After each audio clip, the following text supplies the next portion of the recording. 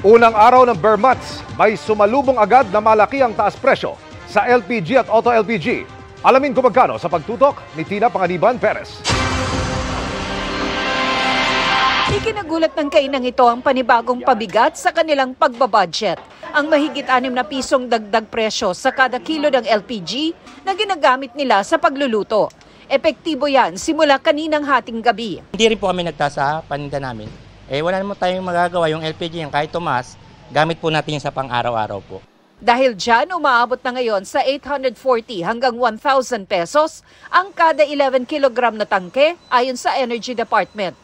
Mula Enero ay 4 na beses nang tumataas ang presyo ng LPG, pero 5 beses namang bumaba.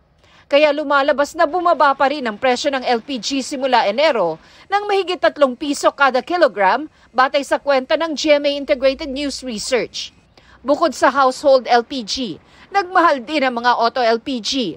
Mahigit 3 piso naman yan kada litro. Ang pagmahal ay dahil sa pagtaas din ng contract price ng LPG sa buong mundo ngayong Setyembre, na karaniwan pag nagsimula ang Bear Months.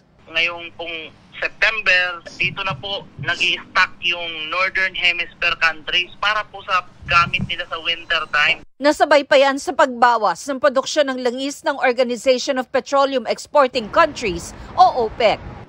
Sa susunod na linggo naman, asahan ng panibagong oil price hike base sa 4-day trading ngayong linggo ayon sa Oil Industry Management Bureau ng Energy Department. Para sa GMA Integrated News, Tina Panganiban Perez, nakatutok 24 oras. Mga kapuso, samahan nyo kaming tumutok 24 oras. Bisitahin at mag-subscribe sa GMA Integrated News sa YouTube.